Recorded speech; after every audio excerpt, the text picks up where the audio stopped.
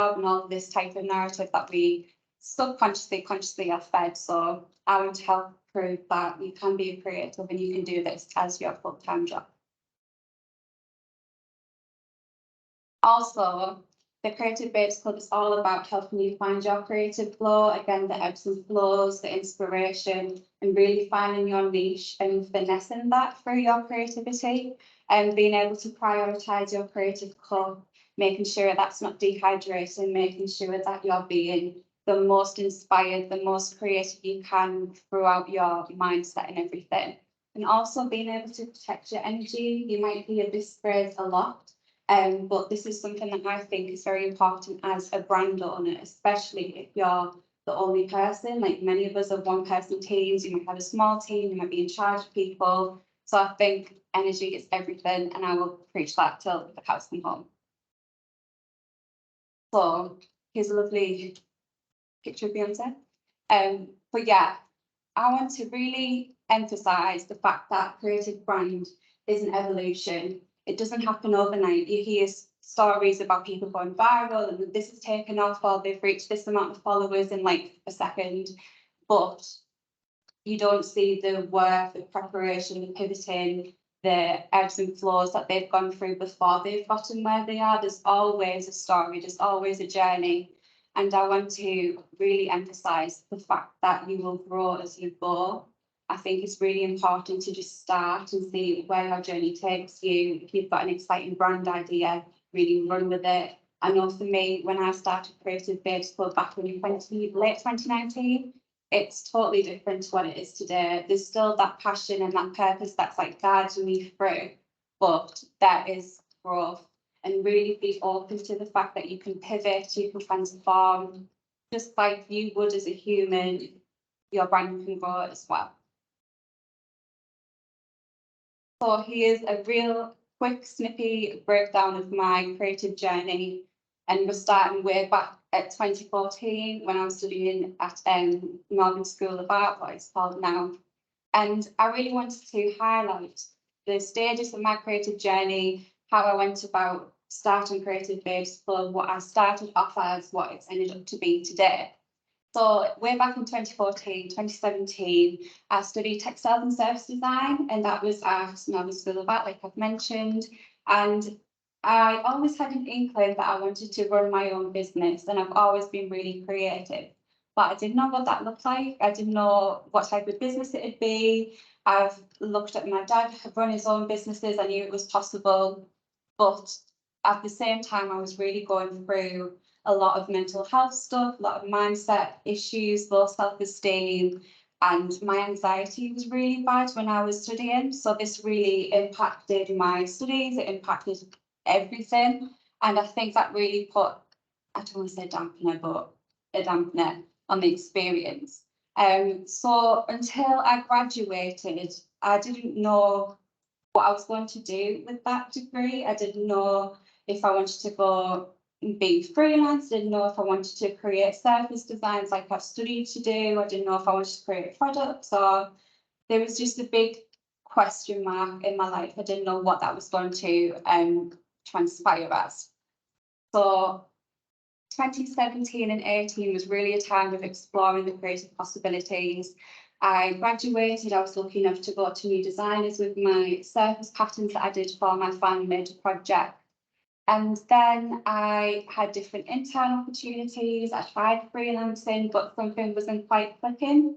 In the meantime, I started rather working part-time in retail, and that was really helpful, like financially, and also while I was trying to find my feet.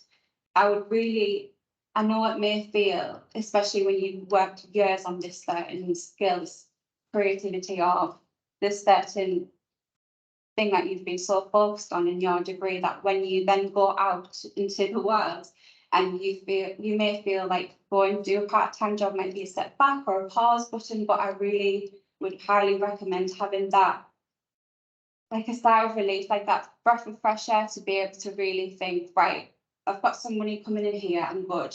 Let me really focus on different things I'm passionate about and see where they can take me, rather than thinking, oh God, I need a job, or it needs to be creative, or I'll pass out. It doesn't have to be that way. So yeah, that's something I really recommend. But yeah, it was a real year of exploring for me. I actually had the idea for Creative Babes Club in that postgraduate era, but there was something that I think it was the low self-esteem. I wasn't quite ready to make the jump, and I ended up sitting on it for a good year until 2019. It was a September evening, the birthday for my brand's coming up soon, and I was sat in Nando's weirdly, and I thought, you know what, I'm going to do it. I'm going to push the effort button. And I created the Creative Babes Club Instagram page, and it was really at the beginning more of, it was always a creative community space that I wanted to grow and evolve, but it was more focused on showcasing different people's work on the Instagram page and interacting in that way. And then I also did my first Creative Babes Club Christmas market. That was back in the November 2019. I had a spring one planned, and then as you can imagine, that didn't go planned. So it was back to the drawing board. But I was fortunate that that time of everything being online, lockdown, real social media heavy time, that everyone did really need that creative community, especially for people who were earning their money through this creative pursuit. A bit of a panic moment for everybody. So the Creative Babes Club was really a supportive space for people to chat, interact, like show the love, showcase their work, and it was a really gorgeous thing to be a part of. And then slowly the missing spring pop-up, I decided to make it into an online thing. These online markets were being more of an ever-growing thing at the time. So I really honed in on this in 2020 to 2021. I was growing the community in the new space of online pop-ups, and I worked with over 400 people, different creative brands and businesses. I'm going to show you some sneak peeks, like throwbacks to my stall holders, virtual stall holders in a bit. But yeah, it was a real weird time, but a really great time for my brand because of that brand awareness, because of that connection and interaction. And I was able to quit my retail job in 2021. Yeah, 2021. So that was a real amazing moment for me. And it was like almost like the proof of the pudding that I've put all this work in. I've really stuck to what I'm passionate about, what inspires me.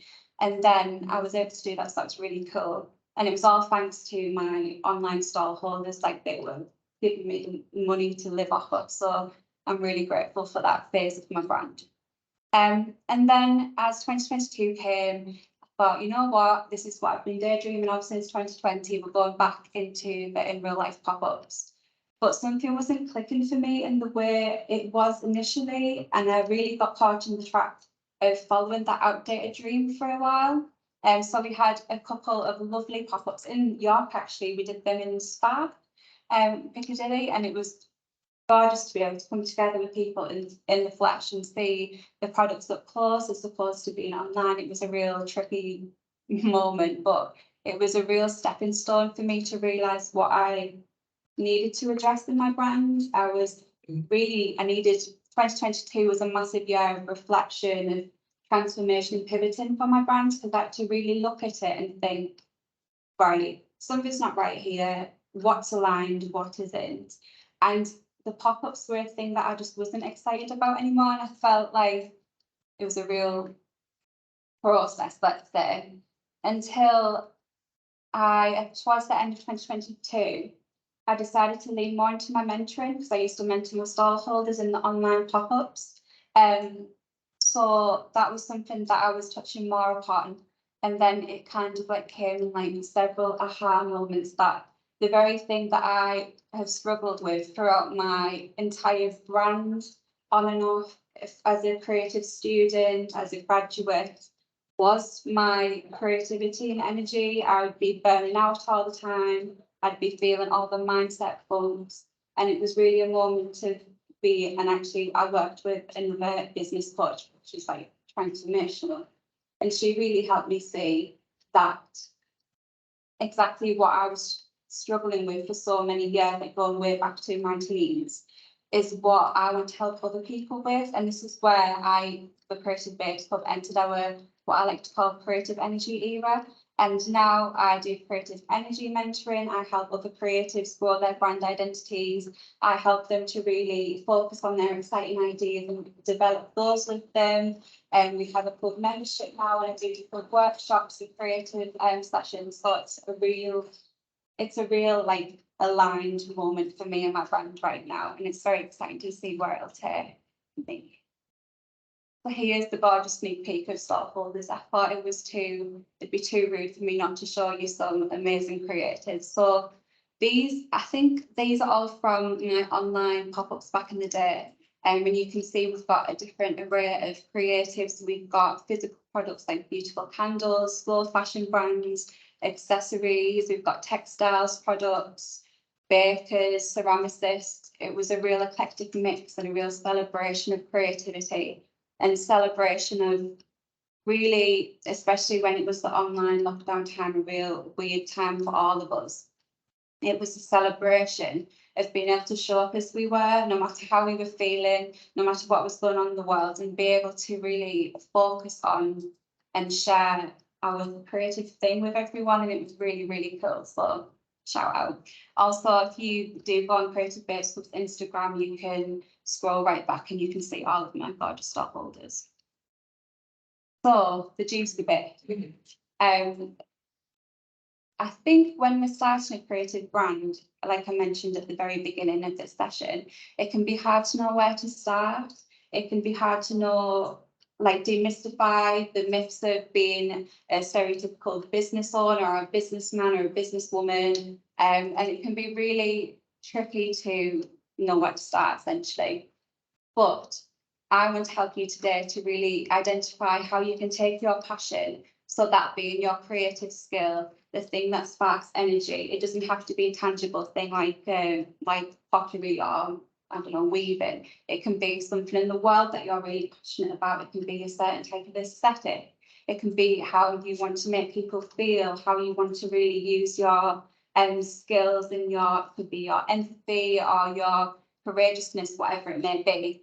And also your experience. I know that every person in this room will have their own unique thing that they're bringing to the table. And no one else could do the thing you want to do. Like you could, you've got your own USP, you've got your own blueprint. And yeah, I will help as many people really share their passion, because I think it gets easier the more you can be vulnerable with it. Because I know when, oh, well, I'm going to uni and I'm doing this degree and I've got these projects to do, I've got these deadlines, so I have to do this. It's very like the norm of your day to day to be doing it. But when you're graduated, you're out in the world and you're thinking, right, now I have to make things or create creative services or events, whatever it is, and then show it to people. And they're going to see it, they're going to see me talk about it, and this is where all the mindset things can come in. It can be really tricky. So it's taken that vulnerability and that creative energy, that fire and passion in you, and combining it with your purpose. And your purpose is really what's going to make your brand. Because without your purpose, your passion is just that. It's just something you love, which is great, but it's not going to resonate with a brand. It's not going to resonate with the customer as much, because there won't be that brand experience. So let's dive into it. So if you think about your purpose, I think a great analogy for this is like your North Star, like your guiding star, the thing that helps inspire you, that really boosts your creativity. It can be great for your decision making and how you set goals in your business, how you picture your big picture. And really, in every day-to-day decision, every task, every bit of admin, every email you send, this is all navigated by your purpose. And when we combine the two, rather than it just be a creative hobby or something that you love to do, it's really transforming it into that sustainable, longevity-driven brand. So you can be a creative money maker with your USP, with your passions and aspects here, and really create that community vibe. So I'm going to introduce you to 3 creative babes. They may look familiar. So yeah, there's 3 creative babes here.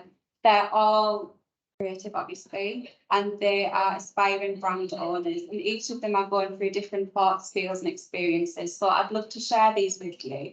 and to see whether you resonate with any part, or maybe it's like, oh my god, she's literally me. So let's look. Here's creative number 1. She is foggy AF in terms of her brand identity. She loves what she does, but she's not sure why. She's unsure how to turn her creativity into that brand, into that creative brand identity. And she can't see the big picture. It's really foggy up in there. And she's getting a lot of comparison from other brands in her industry. Like, I know when I was starting off, like as a newly graduate, I was comparing myself to my classmates, I was comparing myself to strangers online, big brands, small brands, everything in between. So I can really resonate with that. But it'd be really interesting to hear if you do. Any thoughts coming up from this initial example? I'd say definitely the comparison. Yeah. I've really got to rein myself in a lot when it comes to comparing what I'm doing to what others are doing, because there's a big difference, right, between getting some inspiration from what others are doing and actually comparing. So yeah, the comparison bit is something that I work on. Yeah, relate. Is it something that you feel in like creative ones, or is it just like a general online space day-to-day thing? Just in work. So I work with energy. I'm a spiritual energy coach. So I can go online and see what others are talking about. And yeah, sometimes I'm like, shall I say it that way? And I have to rein myself in and say, well, that's not me being authentic to how I would say it. Yeah, and look at how many likes they've had. Yeah, it's in the spiritual energy field. That's exciting. You have to show me after.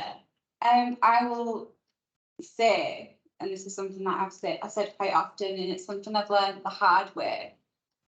Try not to get sucked in those analytics, especially in social media world, because likes don't pay the bills, followers don't pay the bills. Just because so and so has X amount of followers or likes doesn't mean that they're getting money from all those people.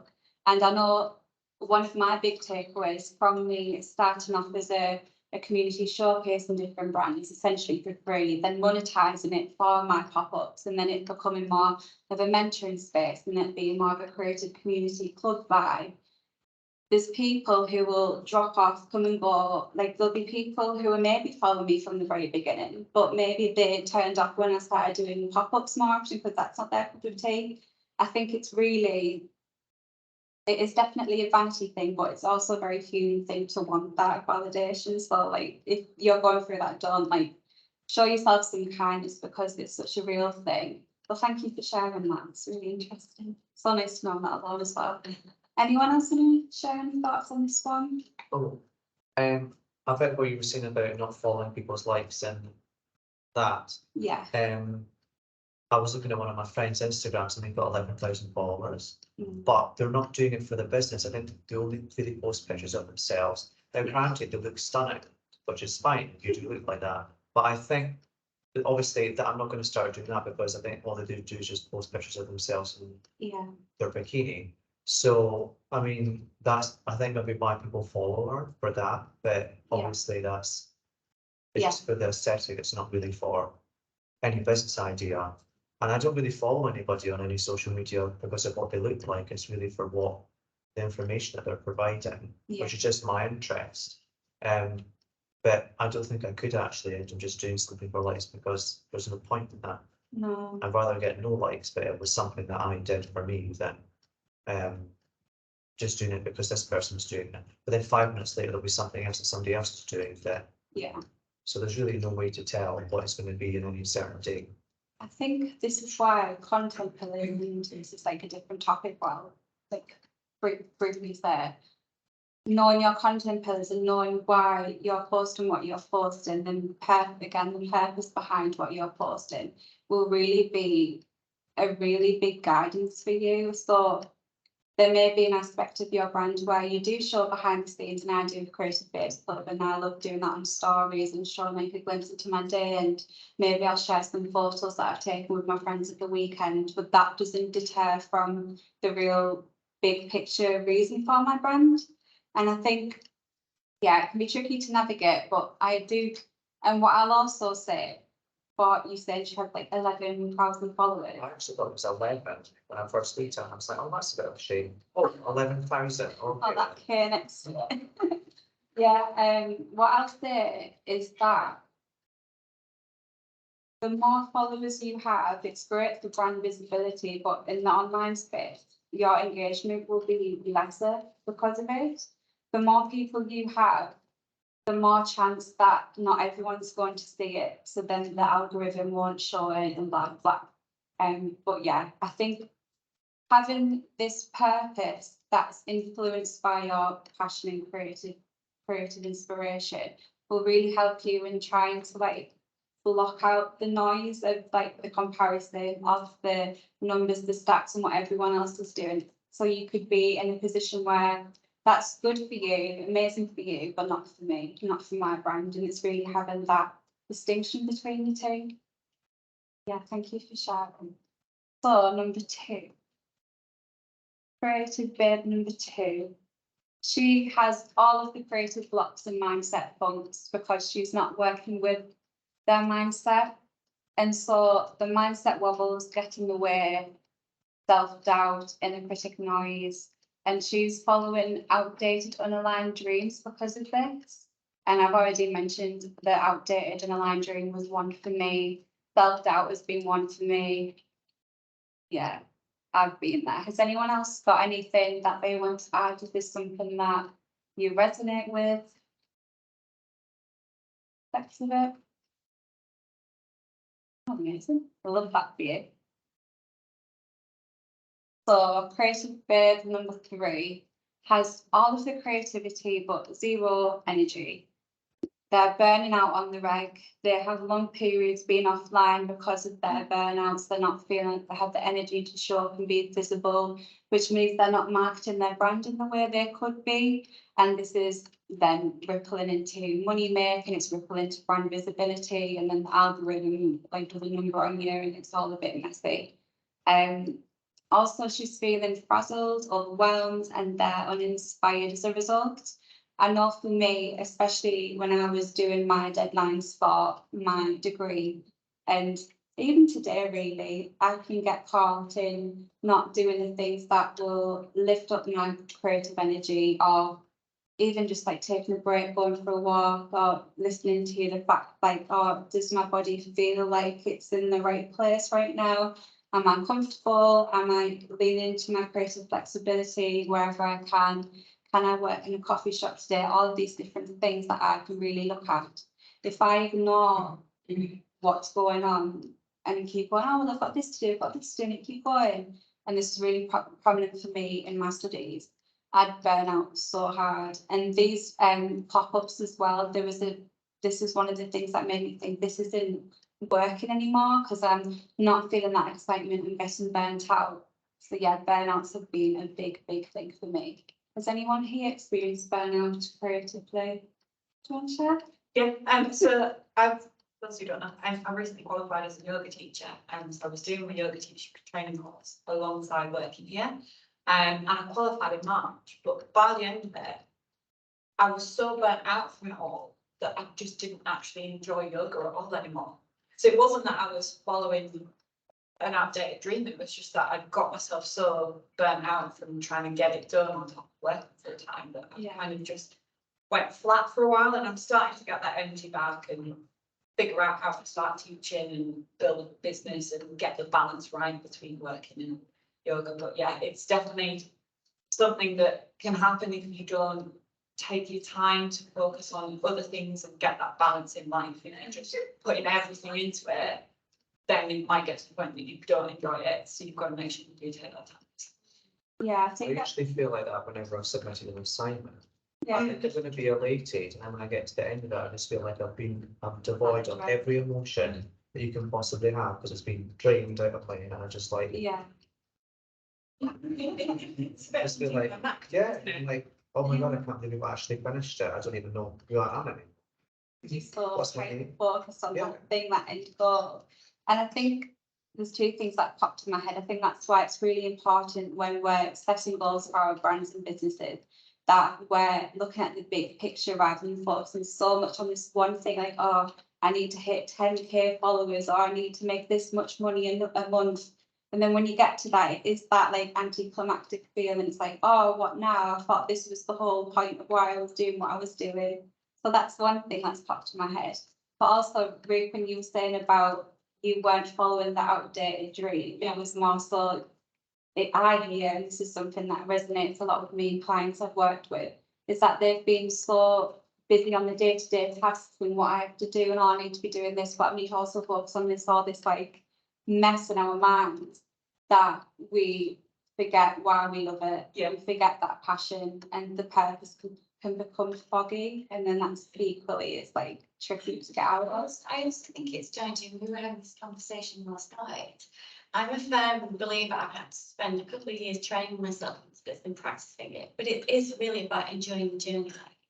Every rendezvous, every conversation that you have with someone, every workshop that you do, it's all part of that journey. We were having a talk last night. So when you get to what you think is the end goal, and you set a desires for one anyway, right? So you get there, and then you want to be somewhere else. So it's that savouring. I had to really practice that in my own life, just really savouring every part of my business. Yeah. Thing. That's happiness. Yeah. To me, that's joy. And I think people who are getting stressed out, burnt out, is that they're forgetting that every little step is part of the fun. I need that on a voice memo. That all the time. Oh, I love that. I mean, thank you for sharing. Right. Any other thoughts before? I see a few great students here who are talented in a discipline, art, illustration, design. And want to maybe make that crossover to create an income from that. I'll say to them, have you thought about what that would feel like? You know, because you'll be driven by your passion for an art. You love creating. Want to monetize that? How does the passion help like that to be affected? You know, that driver is slightly offset by, well, I need an income now from this. And it becomes, well, it may potentially become a chore. Yeah. So just to try and anticipate that feeling. I think that's why, when I mentioned earlier, I really recommend having some sort of part-time job or full-time job, so that you don't have to, your creative juices, your inspiration won't be dampened by the fact, oh, I need to make X amount of money this month. So you've got that cushioning to be like, right, let's see what I enjoy doing, let's try different things. But also what you said as well, I think I see this with my mentoring clients, that so often, especially if we're growing a brand from scratch on our own, we are creative, we're not necessarily an expert in marketing or finances and all these different things, that especially when you're starting off on your own, like the only, at the minute, this is something that I'm aiming towards, getting more delegation in my brand and being at a place where I have like essentially a mini team around me. But at the minute, I primarily do everything, apart from I work with more recently a freelance a graphic designer. So she's like elevated my brand identity in terms of like logo and aesthetics and that type of thing. So I think, yeah, when you're starting off and you are feeling overwhelmed, don't feel discouraged because of that, because you've been here focusing on this creative thing for so long, and you may not necessarily lend towards the more like financial side, or the admin might seem a bit boring, like same. But yeah, I think it's all, I always like to say, it's really embracing your humanness as a brand owner and showing yourself that grace and that kindness and that room for growth and evolution. Because if we're hard on ourselves all the time, because we're not a pro at absolutely everything while we're trying to juggle all these plates, we can freeze. And I know, especially with my anxiety, if I get overwhelmed and I freeze, I find it hard to do little tasks. So for me, it's like being able to, like I say, step back and think, right, where's my creativity today? Am I feeling it? do I need to look for some more inspiration, or do I need to listen to a podcast to ground me, or do I need to go for a walk, whatever it is. But yeah, I think it's really interesting that when we are so creative, it can be tricky to monetize that. Absolutely. Has anyone got any concerns or thoughts about that would like to share? Or anything, are you thinking about anything in particular, like, oh, I'm starting this brand, what do I do first? Is there anything that someone's really focused on? No, well, if anything comes to mind, just give me a shout. But this is the section of the workshop where I'm going to be focusing on 3 hot topics that are going to help you to grow that sustainable, easeful, and that doesn't mean it won't be hard work, but I mean easeful as in it's not going to feel unaligned, it's not going to feel like a chore, it's going to feel really like purpose driven, really exciting, and an aligned creative brand. And these are the 3 things. So brand identity, mindset, and creative energy. These are all things that I've already mentioned. I'm going to go through each one individually. But I also wanted to share some do's and don'ts with you, because I know, like I said, it can be really hard to know where to start in the first place. So I think it's important that you do identify, especially your brand identity, sooner rather than later. And it doesn't have to be a 100% finessed, honed, very concrete thing, because it never will be. There'll always be room for that growth, like I've mentioned.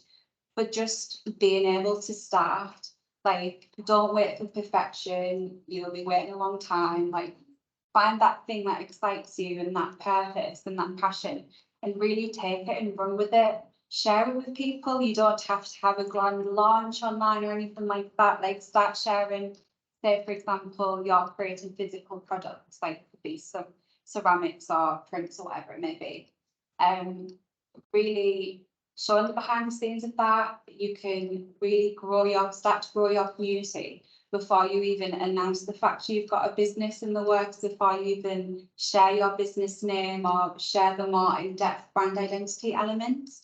There's no one way to go about it. Like, if you take, for example, Creative Babes Club, that started off as one thing, and it's totally transformed into still very, it's all come from that same place of feeling like a lost creative, not sure what she wants to do, craving that creative community, but it's transformed from showcasing people on an Instagram page to being this more aligned and, I suppose, I don't want to say fully grown, but you know what I mean, like really flourished concept.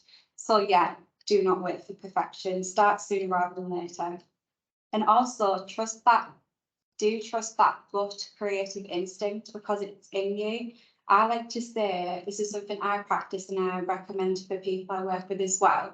If you have an exciting idea, and that could be for an event to showcase your products, it could be for a new concept and product altogether, it could be for a collaboration, it could be a content idea. If you have that initial 3 seconds of feeling like, oh, that's a really good idea, that's really aligned, that's really exciting, I want to explore this, run off that 3-second like creative gut reaction, because as soon as you've had that idea, that's when the external noise will creep in, the inner critic noise will try and creep in. You'll doubt yourself, you'll overthink things. And what I've learned as well, where you can, if you have an exciting idea, try and action it in some way as quick as possible. Like, I've heard people say, they feel like if you don't take an idea, it'll go to someone else, that type of thing. But for me, it's been a real clear experience of having an idea and thinking, oh, it's really exciting. And then, oh yeah, cool, I'll do it next week. Comes to next week, and I'm like, oh, bit boring, I'm not sure, I'm a loser, I can't do this, what is life? So really taking that creative inspiration when you have it and running with it, I think that's like a gold dust tip to have. And also, and this is a big one, and it comes back to being aligned as a brand, is to, with an idea, with a concept, with a brand, with a product, if you're not completely excited about it, and you can have your little doubts, you can have your little mindset trip ups, but if you're a bit not too fussed about it. It's a good idea and, you know, I could do it. If you're feeling that bit of interest and essentially boredom at the beginning, by the time you're starting to pay for things and you've launched a website, I imagine as the days and weeks and months go on, that if you're not excited about it in the first place, that boredom can really take over, and it can be an expensive, costly mistake, but also can be expensive for your creativity, it can be expensive for your energy and your mental health and all of this type of thing. So there are just a few little do's and don'ts that I recommend. Any thoughts about those before we go on?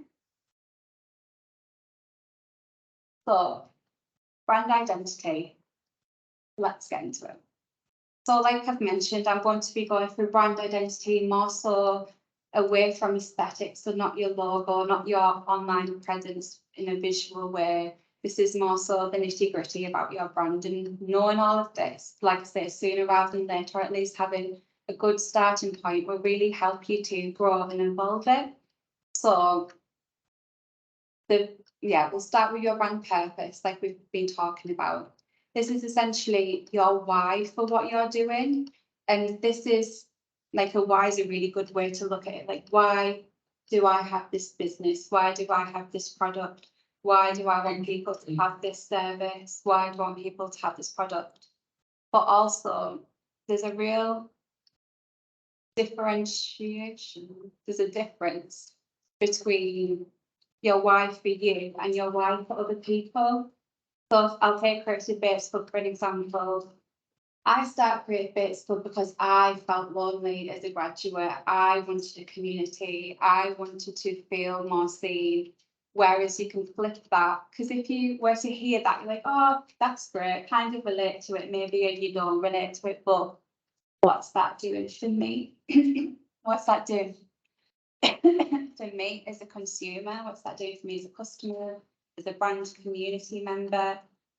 This is why having that initial passion, that's your why for you as the creative and the business owner, but also having that why for your connections. So whether that be your customers, clients, people who follow you online, brands you work with, they want to know why your brand impacts them, how it's going to make their life better, how is it going to make them feel. So for example, Creative Bates Club would be helping creatives feel their most authentic, aligned creative self. Great, I want to feel more aligned, I want to feel more creative, I want to be my true self. So instantly, by conveying that why for your people, and that this is through all aspects of your brand, from your website copy to your content online, to the types of products, events, collaborations you have. This is all messaging to your dream people, to your dream connections. So that's a really important thing to explore. Is anyone wanting to share a brand? I know a few people raised your hand that you wanted to start a brand. Do you want to share your brand idea, or if you've already started it? Does anyone want to share? One bit promo. Yeah. Nice context and some doing books. Oh, amazing. What's it called? Do you have a name? Not yet. No. Oh, you'll have to give me a handle or something after so I can have a look. That's really cool. So is there anything about that thinking about that purpose? Do you know why you would want others to have your books at the minute, or is it still in that passion phase? It seems like recently started doing this. Yeah. I've done the added illustrations, I've done that for a few years. It's other type of art that people tag is. Yeah. That's done is really one of them. Amazing. You'll have to show me. I'd love to see. Thank you for sharing. So yeah, I think it can be quite overwhelming, but looking back to that, this is where I feel. Pie chart, 2 circles, Venn diagram. The Venn diagram where it was like passion, purpose, and your brand's in the middle. Start with that passion, and then as you explore that passion more, you'll lean more into the why and the purpose, and that's where the brand identity can create the brand. So yeah, that's a really exciting place to be. Cool. So also, your brand identity really impacts your big picture vision. And I think it's really important for creators to have this vision in mind, not only when they're first starting and having that, oh, it'd be amazing to have my own shop one day or to work with this brand or whatever it may be, but also getting into the habit of checking in, because it will change. Believe me, it might tweak slightly or it might change drastically, but as your brand evolves and your version of success changes as a person, as your priorities change in your life, like things will switch up. It's like the natural progression of it. So by setting goals, you'll know, does this align with my why? Does this align with my purpose? Is this something that I actually want, or is this something that someone online is doing that's a similar brand to me? And I think, oh, well, if she's doing this, they're doing that, I should do that. Really having, and this is like a really big thing that I recommend creators to get in the habit of doing, is being reflective on your brand and where you're at in your day-to-day and well-being, that type of thing. But the more we have our big picture vision and clear in our mind, the more we'll be able to identify the objectives, how to get to that big picture and break it down into smaller goals. So yeah, I think you can't really envision that big picture without knowing what your brand identity is, but also it's like a flip side of that as well. You can't really know your you know what I mean, it's vice versa. But yeah, also brand values. This is something that are really simple to explore, really, to be honest. These are key principles that really guide your decision making in your brand. It's what your brand stands for, it's what you stand for as a brand owner, it's what your customers, your clients stand for. And these essentially are keywords or short, snappy phrases that essentially sum up your business. So for Creative Babes Club, our brand values are authenticity, creative energy, softness, and humanness. So these, and what I'd say, the more you can be to the point but creative with your values, that's really going to stand out to people when they hear them, because everyone could be like kind, friendly. It's a bit boring. But yeah, there's a difference between having that to the point, like does what it says on the tin, but also standing out. So I think that's a really cool thing to explore, and a really quick activity to explore that would be like doing some sort of mind map, or even just getting out a journal, writing, like it could be your brand name if you've got that already, or something that you're passionate about. It could be your creative skill. And this is actually something that was a method how I came up with Creative Babes Club's name in the beginning. So yeah, writing a word, where that word makes me think of this word and this word and this word, and then really establishing what makes you you, what makes your brand so personal, but also why your brand's going to connect to people as well.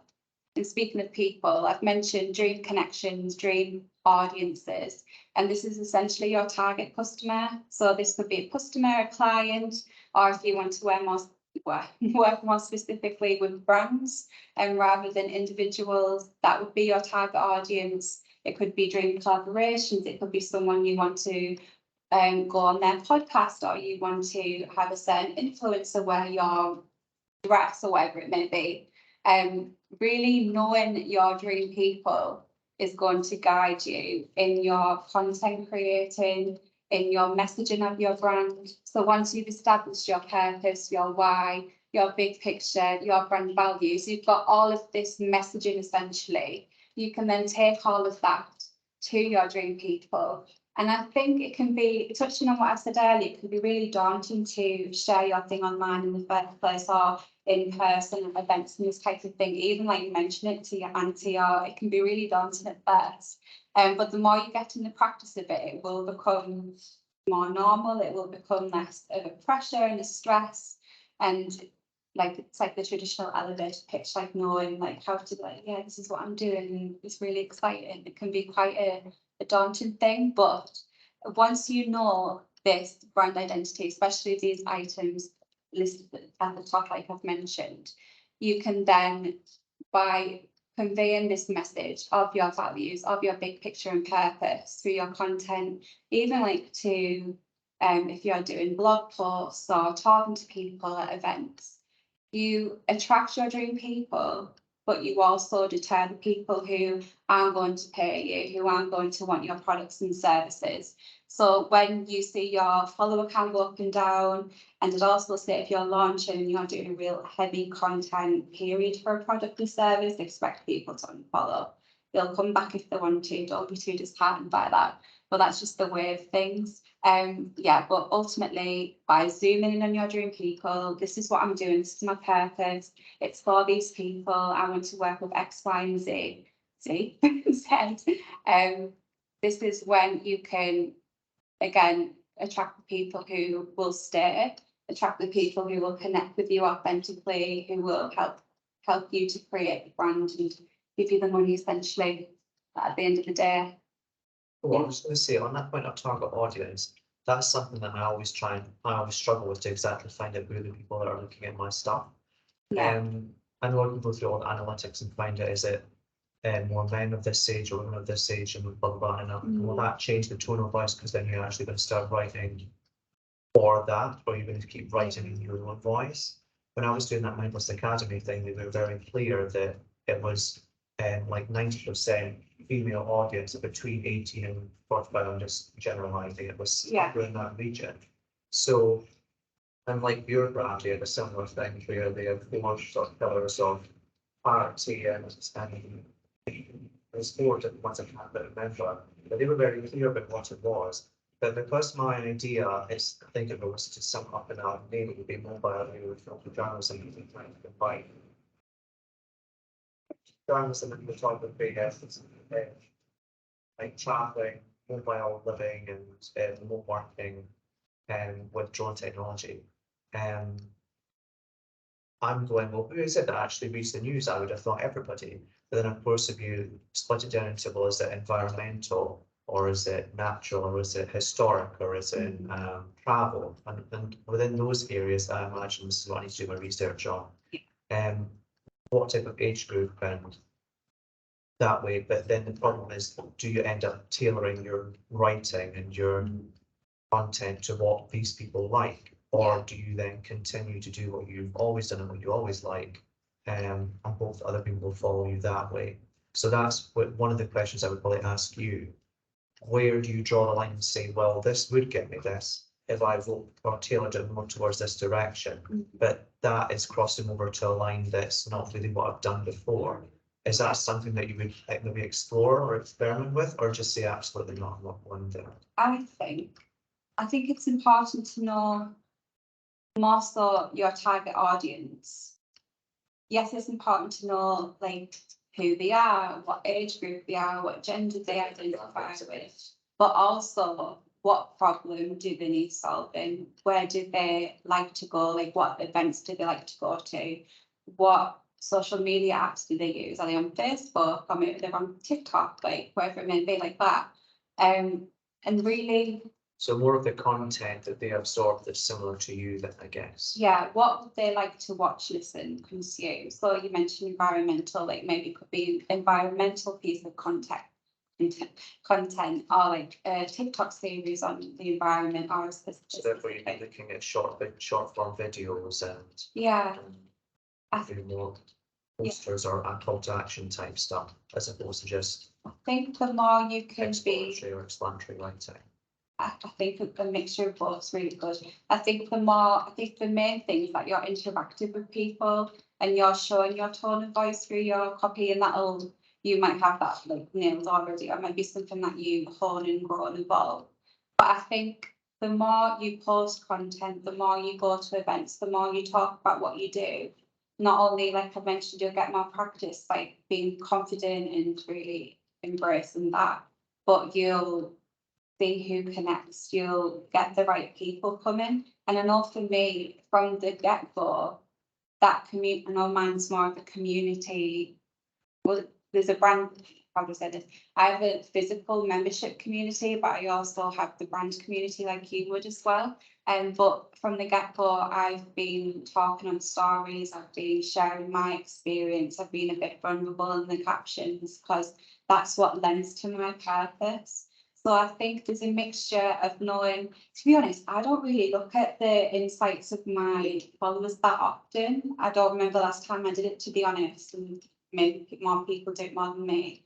But I know the majority of people are female, identify as female. And I know that there's different cities that have got more people. Which you can have a look on your insight when you've got a business or content creator page on Instagram and one about specifically. And it's like different cities and blah blah. But I'd also say I think collaboration's a massive one as well. Like when you think about, right, who are my dream clients, customers, where are they consuming, where are they shopping, where are they eating, what are they passionate about, what are they excited about, what are they angry about, like all of these different things, and really tailoring your brand experience virtually, in person, even to your products, so that they resonate with that. And it's almost like, it's like, I suppose you can get data and more specifics about actual real life people, but having the idea of your customer, what they like, what they don't, what they're about, what they're not, so that with everything you create and everything you put out there, and even how you carry yourself, your copy and all the things I've mentioned, that'll be so strong that whether the right people are seeing you or not, the right people will invest, the right people will connect, and they'll come to you and want to be part of that community. So I think there's definitely do your research on it. But I think as you grow your brand identity, you'll become more aware of who you're aiming towards, if that makes sense. Also, when you were saying about collaborations, which is something I didn't really think about until you mentioned it, I've seen on quite a lot of YouTube videos where people who, for instance, they go around abandoned buildings and they photograph all of like old schools or old hospitals that have just been left to ruin, and they do actually use drones to see places in there, or old concert halls that, you know, and they tend to reach out to people who are similar, that do videos of the same sort of thing, and then they end up doing one together or something. And maybe that's something I should look into as well. I didn't think about that. Like with Creative Babes Club, I've been on podcasts more recently. I've done lives for a very long time. Even just like reaching out to similar businesses and brands and influencing whoever it may be, people who you know have the same values as you. Just put the feelers out there and see if there's a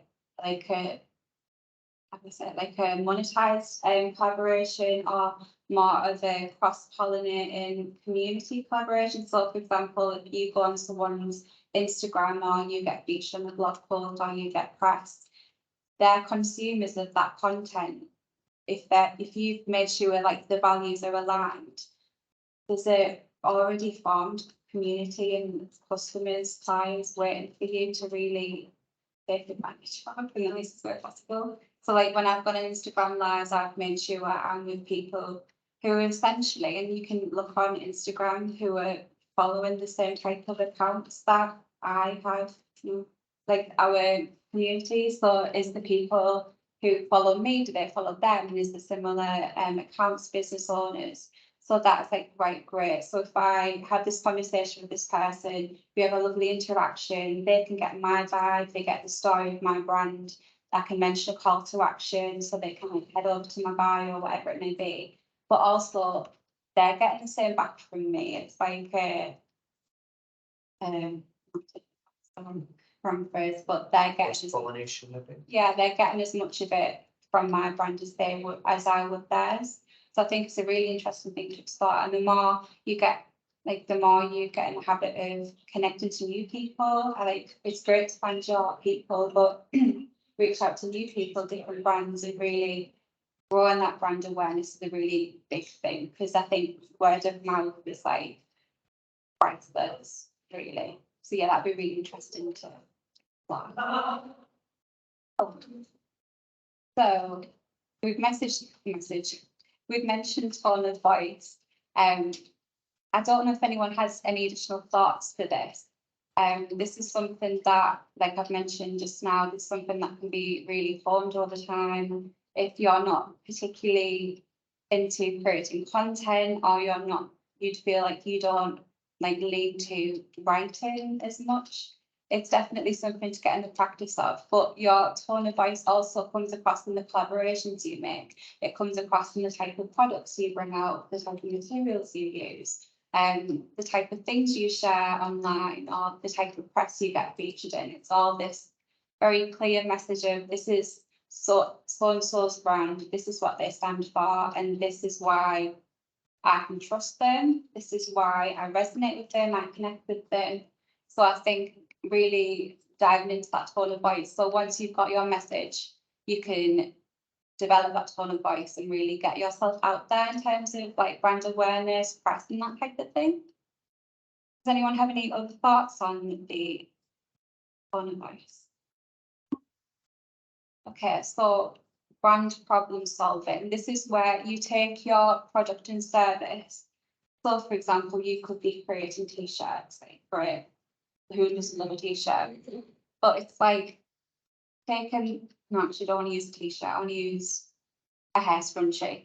So take a hair scrunchie, like it's a practical item, it could be an aesthetic accessory for your outfit, but why should your customer buy your scrunchie from you? Will it help you concentrate when you're working out in the gym? Will it transform your outfit? Will it give you more variety in your looks? Will it really bring joy to your day because I'm doing all these different patterns and different textures and colours? Or is it as simple as the sustainability behind it? Are you using vintage clothing that you've got from a charity shop, or are you using dead stock fabrics? Like all these different types of things.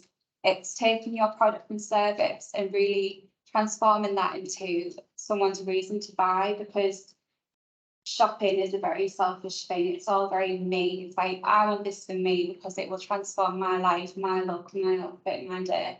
And this is something that you need to be thinking about when you're portraying your brand message across. I wonder, has anyone got any, we've already mentioned the rugs, has anyone else got a product in mind or a service?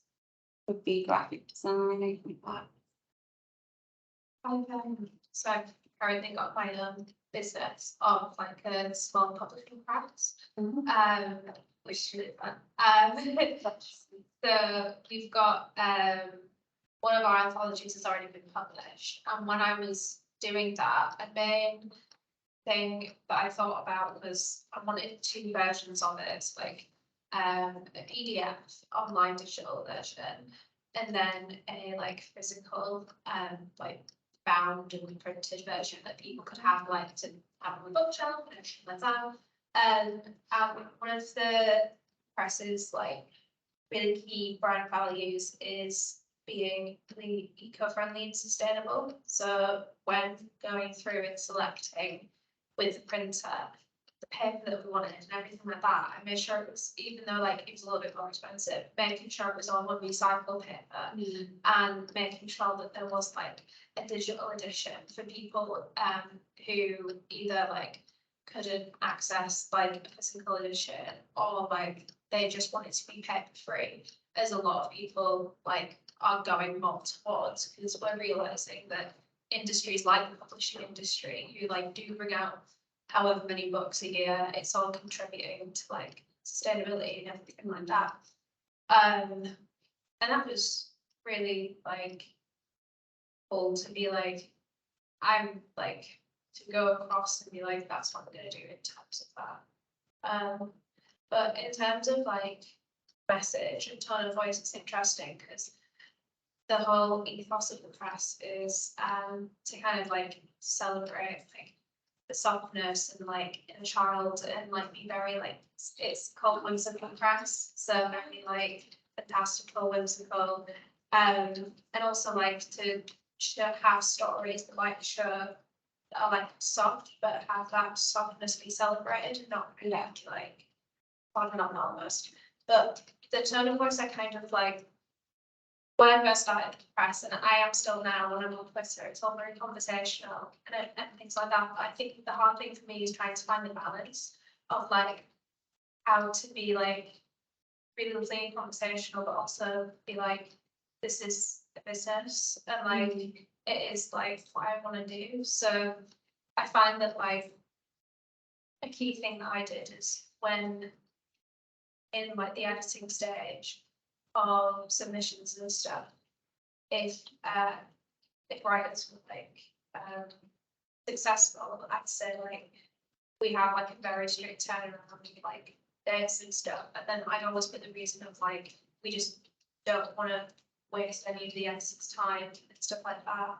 But I feel like it is still hard to get that, like, I don't know, and it's kind of like an even tone of voice, and I don't know if it's like thinking too much into it, but like, as like starting it as like a female founder and having like a team of all of it, it's hard to kind of like find that balance between like being really conversational and friendly, but also being like, I do know what I'm talking about.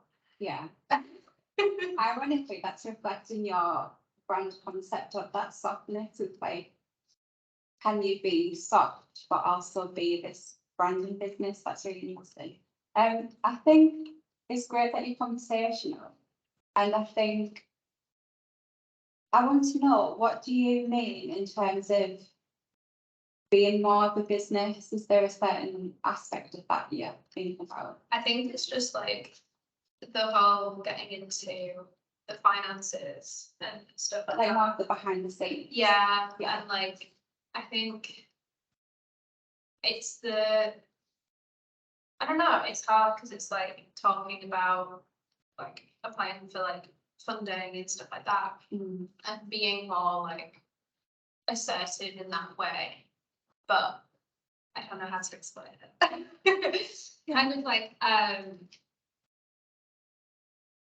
to tell people almost that like, this is really like, it's an important thing that we need to like nurture and take care of. And almost like, I want the business to be really lovely and friendly and fun, but then I don't want people to be like, oh, like, it's not taken seriously, almost, you know what I mean? Because the conversation, because like, because how they interact with people is so conversational. Because I still want it, I think professional is the right word. I'm still wanting the business to be professional, but also have that like conversational fun, like, It's very professional, but unfortunately. yeah, exactly. Having that balance between like professional and practical. Yeah, exactly. I think boundaries will be a big thing to explore, and knowing it's like being friendly and approachable, like you say, and having that community, but also being very clear with the fact that this is, like you said, professional. So I wonder, and what I've talked about before, which is interesting, is the concept's the word, like the stereotypical concept of what we think a business should look like, especially as a creative business. Because you can be approachable, you can be soft, you can be very conversational. Like if you look on creative Facebook's Instagrams, especially, I'm using all the memes, all the emojis, like you can be really authentic in what you're putting out there. And I think if anything, your people will really appreciate that conversational approachability and the authenticity of your brand. And the more you put stuff out there, the more you like really find your content pillars and the way you message your brand and all that type of thing, the more it will be clear to them.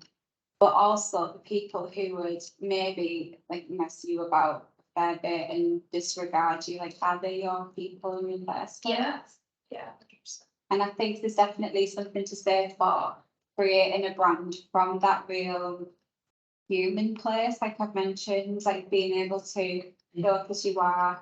You're still creating content and putting your values out there, and you're still bringing this service to your customers, but you can do that in a fun way. And it might not be fun behind the scenes, you might have to do admin and finance and all that, but what you portray, I think the more you do it, the more professional it'll feel for you, showing the practice of it.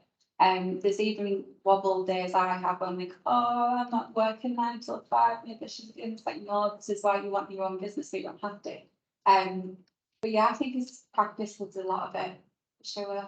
Is there anything like that's really sticking out that you're struggling with? As you mentioned, you're very conversational and approachable. Is that all very written? I think that's what I want to say, or a bit visual. It's stuff like on the Twitter and stuff, we'll like replies to comments and stuff, and just in a really like conversational tone of like, authors that have got their works will then share, like, we haven't asked them to share it, but they'll like share it and promote it, and we'll put Yeah. like comments on it, be like, oh, stop publishing, like that kind of thing. Yeah, And being like all really like friendly. And what I really think that helps really well is being conversational. Has had a really good relationship with like previous authors, and that's actually like brought so many more people to us, especially writers. yeah, Because it's shown that like we do have a nice relationship with our authors, so we do care about them. And when we published the anthology, I decided, even though it was going to be a loss on profit, to give every author a free copy of the anthology.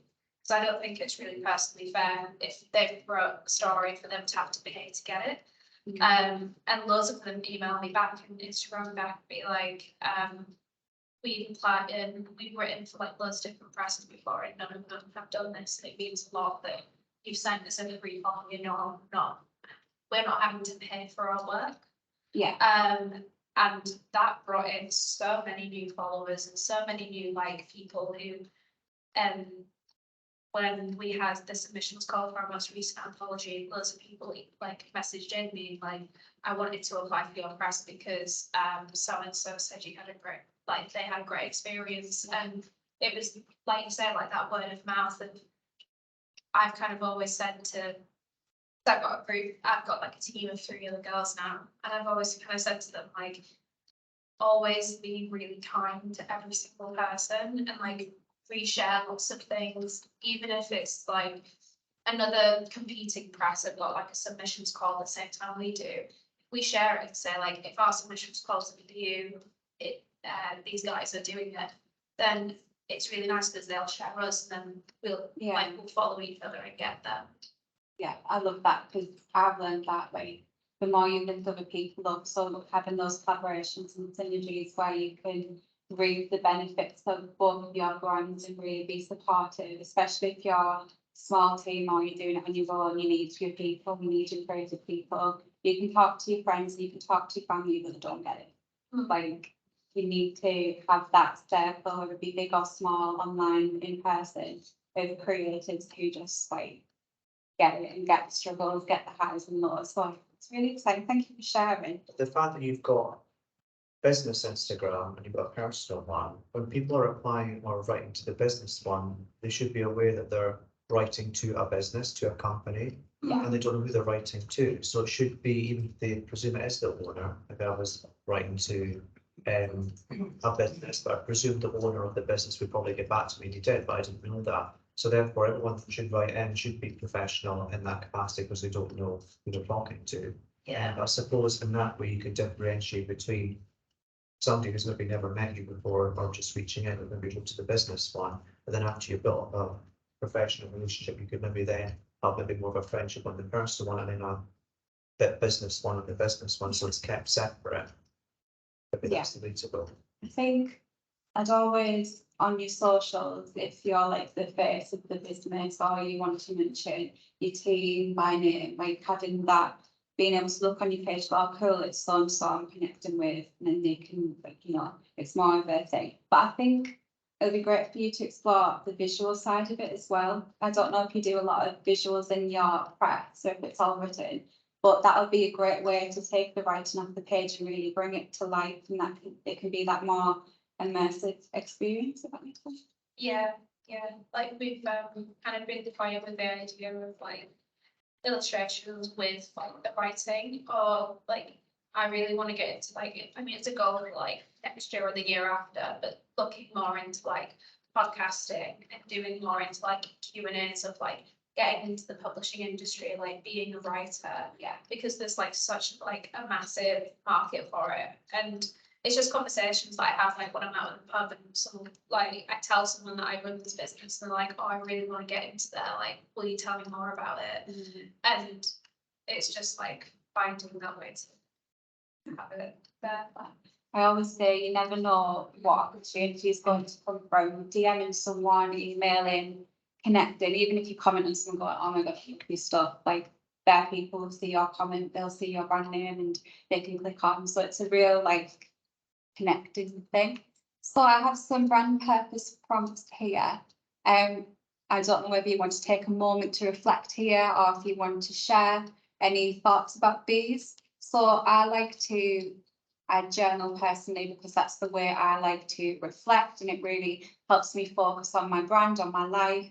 I also do this through vision boarding as well. So you could take creative prompts and use that as an inspiration for a vision board collage or a digital version.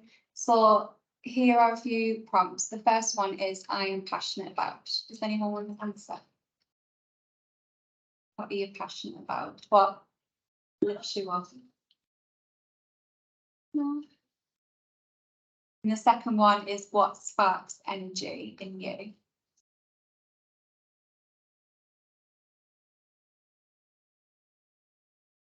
And finally, why do you create? These could be prompts that you write down now, pop it in your notes, take it away, really think about over the summer. I know for me, once I start writing, I can't stop. It's really therapeutic. Am I okay to skip to you on? So here are 3 examples of creative brands who do it so well. These are all the businesses that I've worked with. I've been on live with Ellen May at the end. They've all been stallholders of mine. I'm always trying to them in the DMs, like hyping each other up. So I thought this would be a great example to share with you. So if you want to follow them or note them down to have a look at, I think from a visual standpoint, but also for that brand connection, for that audience and community aspect, for the marketing of the products, for showcasing the events they go to. And really, when you look at their social, so these are Instagram, but I'm pretty sure they've all got TikTok, and you can go on their website and stuff as well. Callie from Studio Dine's brought out a great new podcast called Dine With Me. And she talks to different creative business owners about their version of their dream dinner party, and it's all very cozy and it's a really good listen. So just a shout out to that. But if you look at these pages, this is a really great mixture of the marketing and showcasing products and services, showcasing the materials they use, the process behind them. So Callie, part of her business, she creates her own candles. So she's got reels and TikToks of her pouring the pouring the wax and stuff like that. And it's really immersive. It's really piquing your interest as a consumer, as a dream customer. And also we've got Katie France here. She does gorgeous bags. You may have seen them. They're called the Love Bomb bags, and they're gorgeous in the middle. They're gorgeous love heart bags with tassels, frills, and she creates these. She's designed them all herself, and she's got a team of sewers, and she uses dead stock fabric. So again, that's brand values of sustainability. And I think her tagline is something like dopamine dressing to make you smile, I think it is. That's a really lovely tagline. We've also got Ellen May Statham at the end, who is a complete ray of sunshine. Like, you need to consume her in some way because she is so creative. She's a great example of being vulnerable within boundaries in the best way. With her creative energy, she shows up as she is. She talks about mental health through her work. She's an illustrator. She creates dream worlds, which are bespoke illustrations, digital prints for her clients and customers. She also translates that into upcycled vintage mirrors with like vinyl on the front of the for the designs, and they're just stunning. So I wanted to give a quick shout out to those babes as well. So before we move on to mindset, has anyone got any questions, final thoughts about the brand identity side of things? Oh, and when I went to that L'Oreal event here, Into what, sorry? oh, there was an event here when the general manager from L'Oreal came to talk, and she pointed me towards Simon Spinnick, who I did a video on a quick way to find out your why, and he said you should ask your friends, why are we friends? And then find out from them what it is about you as a person that they want to connect with, because then eventually you'll get to a proper answer. And she also got us to write an admission statement as well, which was really useful for actually filming the application for the Kickstart program. Yeah. But I've not actually looked at any of those videos yet. The one that she showed us was really quite good, so I'd recommend that to people to look at that. I have a question. So a lot of the activity looks as if it's predominantly online. I'm interested to know what offline strategy you have. So obviously you're here today giving this workshop, which is great for your business. Yeah. So how are you balancing the two, online and offline? Yeah, this is something I really want to make. I don't know if I want to even or a bit more in person, but I definitely want to raise the in-person bar a bit because I am primarily online at the minute. But for me, for Creative Base Club, I'm doing more workshops and talks. I'm going to different networking events. I have a networking event coming up that I'll share with you at the end as well. And really putting myself out there because I am an introvert at heart. So it would be easy for me not to go to networking events, but they are so great at connecting with people, getting your brand out there, even in very small ways that may not come to anything until later down the line. Also, I do panels as well. So another press, have you heard of Sunday Girl? I haven't. Gorgeous magazine, beautiful. So Sunday Girl magazine, they did a panel event a couple of months ago where I was lucky to talk at that type of thing and that type of format. So I think for me, I'm essentially service based at the moment, so it's more getting face to face with people. Where are my dream people going to be? Who are the people I want to work with going to be? Who are similar business owners, where are they, that type of thing. So really putting myself out there in terms of that, but for more product based, it'd be going to markets again, networking, that type of thing, and doing different trade shows. If you're more textiles and like 2D, 3D-ish, trade shows are great, like different product trade shows as well, like Top Drawers, one that's springing to mind. And even if you don't have a stall at these type of trade shows, you can go with like samples of your work, business cards, get talking to people. I think there's no wrong way to go about it really, and it's up to you whether you want to be more online or more offline or a mixture of the two. And you'll see what works for you. Like day to day online is easier, you can be online more often. But having the in-person connections really helps you visualize your dream people, because when you're looking at the stats and insights on socials, it's just a text, it's just a name, it's just an icon logo. Whereas if you're talking to people, and it was really surreal for me at first, because I've always, when I've been talking about creative bits of what I'm doing, it's all been in the DMs or email or like a live or something like that. So when I had the people in front of me, really like humans being like, what you're doing is great, and I love that, and I'm doing this, I was just it's really concerning, but in the best way. So I think, yeah, just find what works good for you, put yourself out there really. And I as well touched on what you said. I think what were you saying? What made me think was being the approachable thing by being more it was when you were saying about what would your friends say about you, why would they want to connect with you? So I think when you can look at yourself, so for me, I'd say I'm an empath and I'm sensitive, and for a while being sensitive was like thrown at me like a bad thing. Oh, you're too sensitive, or don't be sensitive. But I've taken that and I've really used that to be the best brand owner I can be. So it's taken those, whether it be a self-taught narrative, an external narrative, and really finding your way about going about things and how you show up, how you can converse with people. It's all in Depends what it is though. So if you're like sensitive to potholes, you're going to find life rather difficult. But if you're emotionally sensitive to other people's ideas and what they think, that's going to be attractive depending on what work you go into. Yeah, exactly.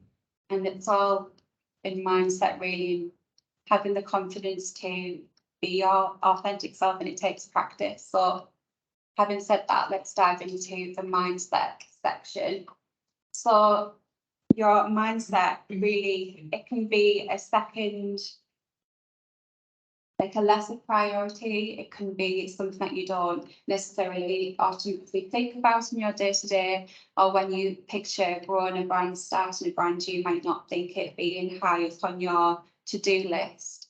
But I've learned the hard way, like I've mentioned at the very beginning, that if you ignore your mindset, that's when you'll trip up, that's when you'll get mindset bumps, whether that be comparison, inner critic, self-doubt, burnout, all these different things we've been discussing today. And it flows into all areas of your business. So from your money making, that could be content creation, marketing, doing the things that you need to do to actually make the money in the first place. And that could go on to scaling your business, all these different types of things. Also goal setting and visualization, knowing what you want to do with your passion and purpose in the first place. Also your creative well-being and energy levels, creative flow, and having those inspired, aligned ideas.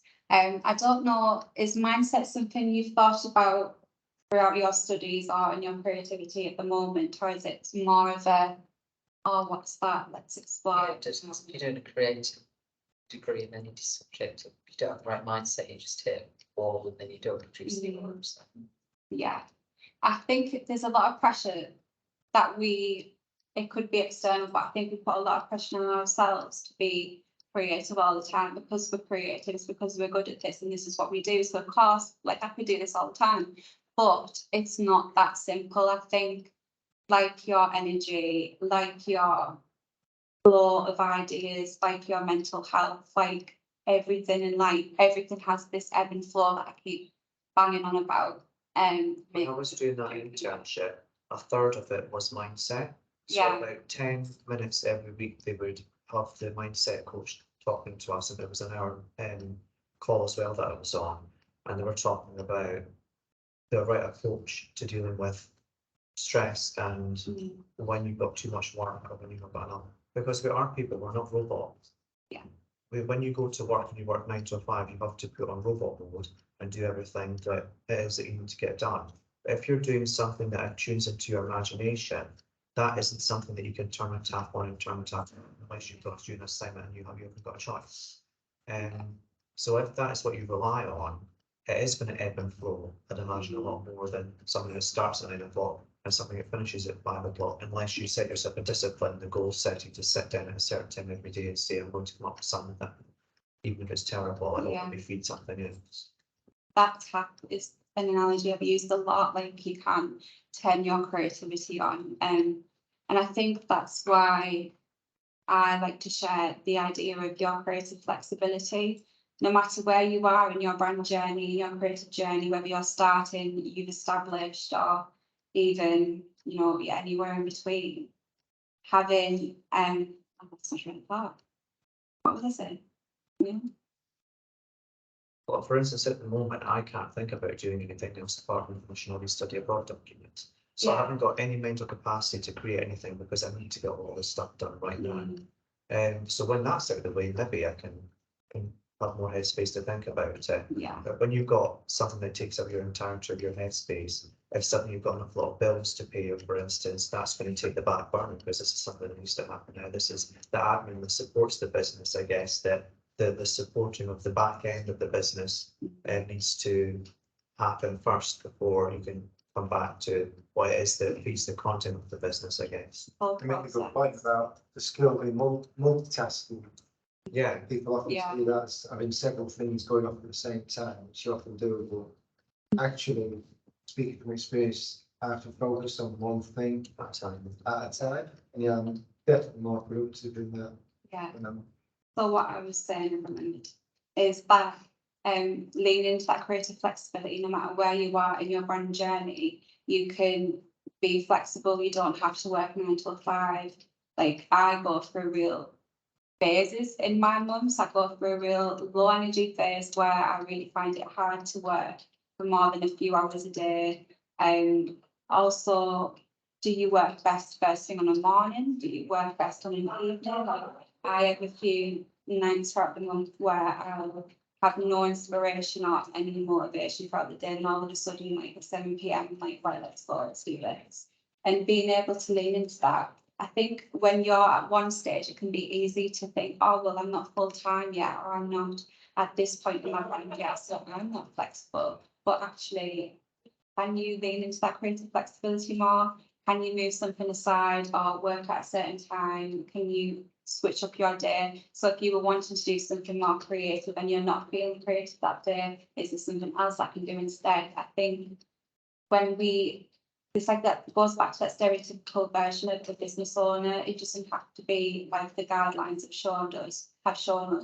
And I think for a lot of creatives, if not most, the thing that appeals to us is that flexibility and freedom that we can carve and create the brands that work best for us, and we can really shift our day to day into focusing on how we work best as well. That's like a big lesson I've gone through. I think it's always fun to remember, like, don't take yourself too seriously. Yeah. I just, I love playful energy. Playful energy. It brings so much magic in your life. I think a lot of people in business, you know, are so serious about the goals of the seminars and the workshops, and that energy kind of creates stress. I was as strong as it's Stress. It's really important to set a very playful tone in the morning and a fun tone in the morning. And it goes back to you saying, do I have to be more professional? Yeah, And you can be professional while being playful. yeah. And being It's a beautiful thing to do. I think it's that like inner self-critic of like, Mm. I really want to be like really like playful and fun, and I want my business to be different because it celebrates that joy. But then it's also another part of me. It's like, oh, if you're a business owner, you have to be really serious. And I like, see, take that word business, right? It's generally, yes, the word, isn't it? Like men in suits. And then, yeah, exactly. And then it's developed into hustle culture. yeah, Being a boss babe or whatever, Yeah. it's like girl boss. And it's like you can take all of those narratives up, rip them up, and really focus on what you want to do. Because if you are being your authentic self and you're being your most playful and you're feeling like magnetic and creative, that's when you'll attract your dream people. Like that's when you'll have those exciting ideas. And I think that's why as well, when you're feeling the low energy and the mindset bunks, you can lean into that as well. You don't have to be like your most high vibe yourself all the time. You don't have to be online all the time. You can really, like I said, be as flexible as you can be. And I think the more it'll become more of a day-to-day thing, like, oh, this is just how I do things, and you'll have your inner critic and all that. But I think, yeah, it's a really exciting thing to explore, being flexible and authentic. Yeah. Becoming a lot more popular now as well, because a lot of business places have like not the play areas, but they've got bean bags and things in them now. Obviously, at university, like something like this, and there are lots of places you can sit that are not like in an office. And places like Google and Apple, obviously they've got the funding to be able to do that, but they've got places where people go and walk all around in crash mats and things. It's a strange mix of business, but then this area of play that I think maybe exists more in the was it white collar as opposed to the blue collar industries, I think. Yeah. Maybe, I mean, I worked in a warehouse and it was not like that. There's no places that you could go and, you know, roll around in a beanbag. Depends where you are. So I work in a blue collar part time. What is it like in this? Like, So I work for Nestle part time because that's what pays my part time wage. And in the factory side of the blue collar industry, it is not like that at all. However, in the administration side of the blue collar, yes, it is. They have their own little Nespresso coffee shop that they could go. It's all open space. They're all happy, smiling.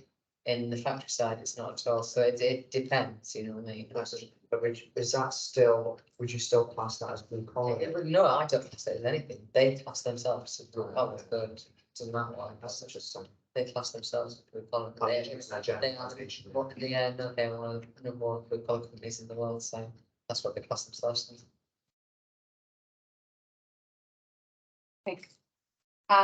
This is kind of related, but also really not. I bought myself a beanbag like a year ago for my like workroom. I don't call my, it's like I work in a box bedroom that I've like painted purple and it's like mommy, but I refuse to call it in the face. I just can't. And sometimes I'll say it by accident, like, no, I don't want to work. My mum actually said when I was younger, I went to work for one day and she worked, she's like a clerk and admin. And all the carpet was brown and the walls were brown, and it was dark and dingy, and I just looked around and went, never want to work. So yeah, it's just a little. But anyway, I bought the beanbag and I've never sat on it to this day, so maybe that's probably too very small. But that flexibility when we don't have the big money, it's worth budgets, could be going to a coffee shop, it could be meeting with a friend, like really leaning into that. So we've mentioned quite a few mindset bumps that we've gone through, and this is, I've also got some examples there, but these are rather some things that can happen when we ignore our mindset. You will be more perceptive to the wobbles hitting, so them fun that I'm talking about, like the comparison, the burnout, the low self-confidence. Also, this is when I don't know about you, but when I'm rather feeling low energy, I don't really get those exciting ideas. I don't see the synergies happening, the synchronicities, and it can be a really like meh place. So I think the sooner we can like snap ourselves out of that mindset spiral, the easier it is to carry on rather than like keep pushing against it and against it. Like, no, I'm fine, I've got this to do. That's when we can snap. Again, follow outdated and aligned goals. Growing your brand can feel really tricky. Like it'll always be work, but there's a difference between it feeling really easeful and fun and inspiring and in line with your purpose and passion, than it being like boring, uninterested, really a struggle, a chart, and all of these types of things. And ultimately, when we ignore our mindset, we can feel uninspired and the creative flow is like left the station. There's no creativity inside. And we also lose sight of our purpose in the first place. Like, again, you've mentioned, we've really dived into it already. So there are just a few things to try and avoid all of us. So, any thoughts on mindset before we move on to creative energy? I think if you can get into a disciplined mindset, I need to achieve this today, and I'm not going to get distracted by other things. That is quite a good way of getting things done.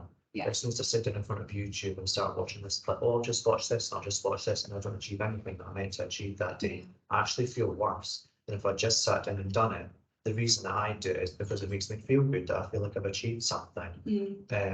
And that is more difficult than just sitting and watching videos, which, okay, you might learn a lot from it, but I can only watch a little bit every day because I know I'm not going to do it within myself if I just watch this, because it's distraction and it's not actually doing what I meant to do that day.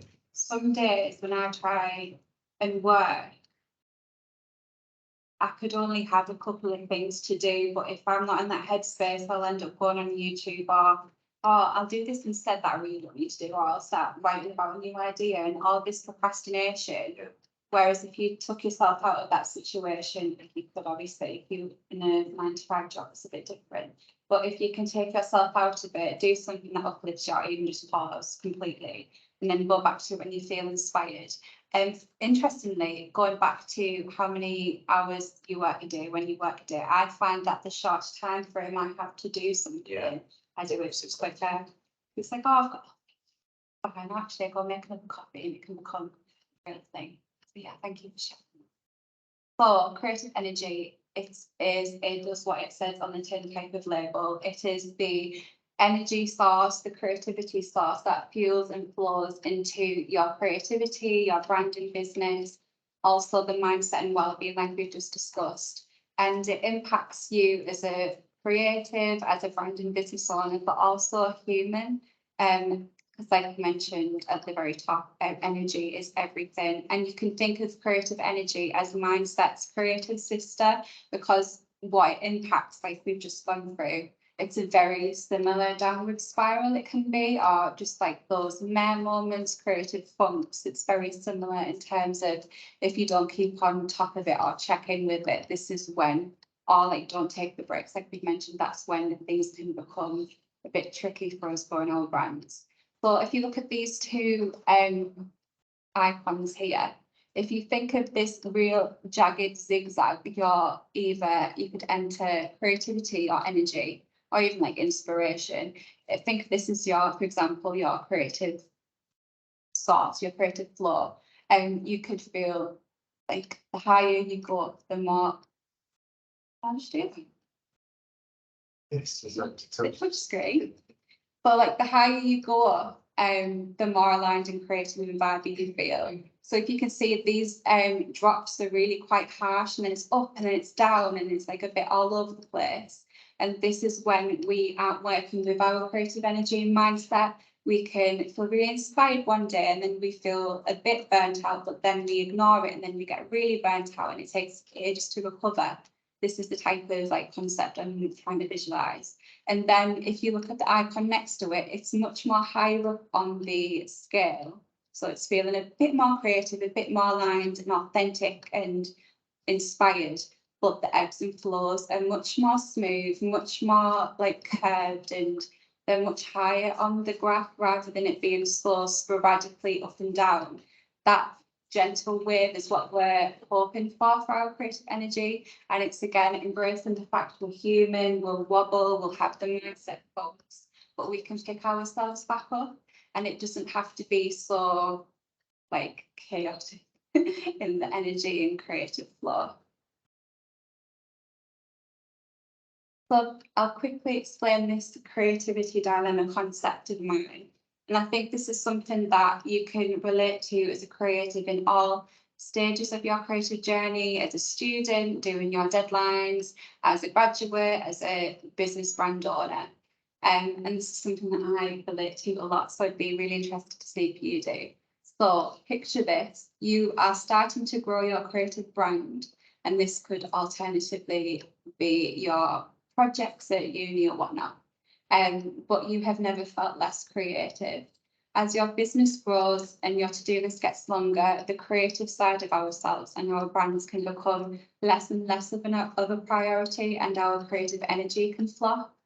So in terms of growing your brand, it'd be the admin you have to do, the invoices, the copyright you have to sort, and emailing people, all of these different things that take you away from creativity. And I know it can be a really easy thing from what I've spoken to creatives before to be like, oh, I've created this product, I'll do another one. It's like, actually, you have to market that product and then you have to tell people about it and all this in between, and taking that creative passion hobby and making it into the brand. So as the to-do list gets longer, this is where, when we also as well, like side note, we could be creative, we could be creating our products on the daily, fulfilling orders, but it's like the rose-gold novelty of it is like worn off and it's less exciting, it becomes more habitual, more mundane, and that doesn't have like that creative energy and spark that it used to. So this is why I say that really looking at that creative cup, seeing how energized, creative you're feeling, seeing if you're creating just because in your downtime, are you doing things that re-energize you, whether it be going for a walk. For me, I love going charity shopping, I love having coffee dates with my friends, and all of these little things that can really boost our mood and energy throughout the day and week, whether that be work week, weekend or whatnot. So I wonder if you can relate to this in some way. Have you felt like while you're doing your degree, for example, you've been doing things, but you're feeling like really burnt out and icky maybe? Yeah, a few months. Yeah, I think, again, reflection, looking back and thinking, looking in rather than thinking, how am I actually feeling today? And I've mentioned the creative cup a few times, so I'm going to briefly explain this. So picture a cup, a glass of your choice. It's full with a liquid, and this liquid is your creative juices. It could be your energy, your inspiration, your passion and purpose, all of these things that drive you as a creative. And with everything that maybe goes wrong, with every mindset funk you experience, or maybe every time you said yes and it should have been a no, you've not stuck to your passion and purpose, you've not really honoured your boundaries and your brand, whatever it may be, with everything, low energy thing, the cup gets knocked and that creative juice splashes out, and it could be a tiny tap, or it could be a great whopping knock. And if you don't do the things, the activities, the put for the moments that really re-energize you and lift up that creative juice, you will be dehydrated, your cup will be empty. And that's when running your running your brand, growing your brands can really not feel that passion and purpose-led feeling that you felt in the first place, that you wanted it to feel. So that's a really interesting thing when you are reflecting to think, is my cup full today? Have I been doing my cup filling moments? And there's no rules with this. You can literally do anything that makes you feel good. It could be working in a coffee shop one day, and it's okay if the things that once worked don't today or don't anymore. It's a real personal fun thing to explore. So again, here are some prompts. Does anyone have any cup filling moments that come to mind when I've mentioned my examples? Anything that gives you that energy? Wine. Wine. I was going to say, yeah. I like it. Anything else? You're working out. Yeah. That doesn't Any go form in of- that's a big thing, yeah. Any form of physical activity. Yes. How do you feel what do you notice when you feel the low energy? Is there anything you're doing or not doing? Is there anything that comes to mind? Do you forget to, I don't know, take a proper break? Yeah, Also, you feel like you're on your own as well. yeah. I've got all this stuff to do by myself again. Mhm.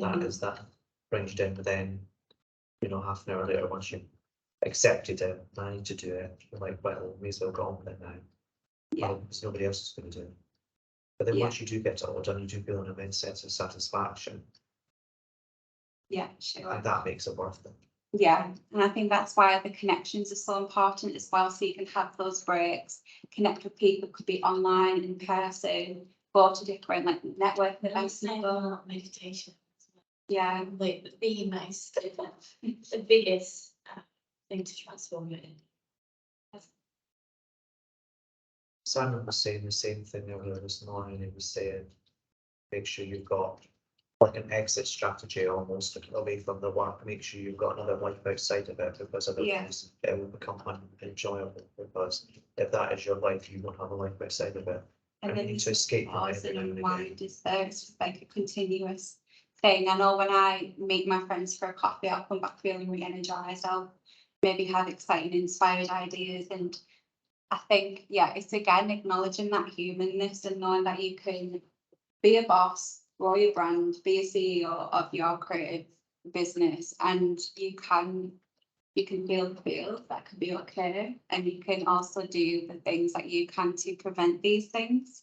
I'm going to speak to someone who's like in a job that they hate. That's really so when you like in a cool room, happy. I am. They keep putting it off. They've got 10 kids.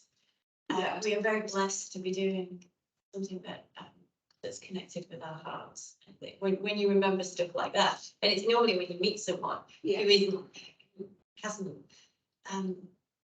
got the opportunity yet to do that, it's a really beautiful reminder that what we're doing is it's giving ourselves freedom to do what we Never voice memo. Love that. Thank you. So before I open the floor for some questions, I wanted to just share what we're up to, what I'm up to at Creative Creative at the moment. Like I mentioned, I've got my first networking event coming up, a networking party. So if you want to find out more about that, you can join my free mailing list. It's in the link in my bio on Instagram, which is at Creative Babes Club. You can also just go on the website, creativebaseclub.co.uk.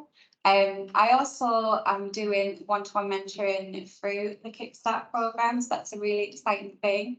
So if you are interested about the elements that we've started to touch upon today and you want to dive into that more with me, if you've got a brand idea that you want to develop with some support and accountability, or maybe you have an initial idea that you want to start exploring before the brand, this is something that we can do together.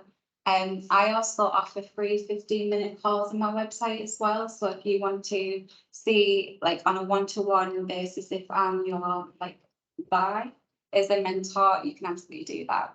And I also have the Creative Babes Club membership. This is a monthly creative membership, which is £25 a month. And we meet up every month online and we have different workshops each month. We have mindset sessions, we have creative workshops. We also have creative industry guests come in where they share their own creative journeys. We've had Jess Bruno, who's a content strategist. We've got Sunday Girl magazine that I've mentioned coming next month. And we also do like co-creating sessions and that type of thing. And it's ultimately just a really cozy, safe, creative space for like-minded creators to come together. We've got different brands and business owners in the club at the moment, from graphic designers to textiles product designers. So it's a real good mix. So if you want to find out more about that, you can chat to me about it.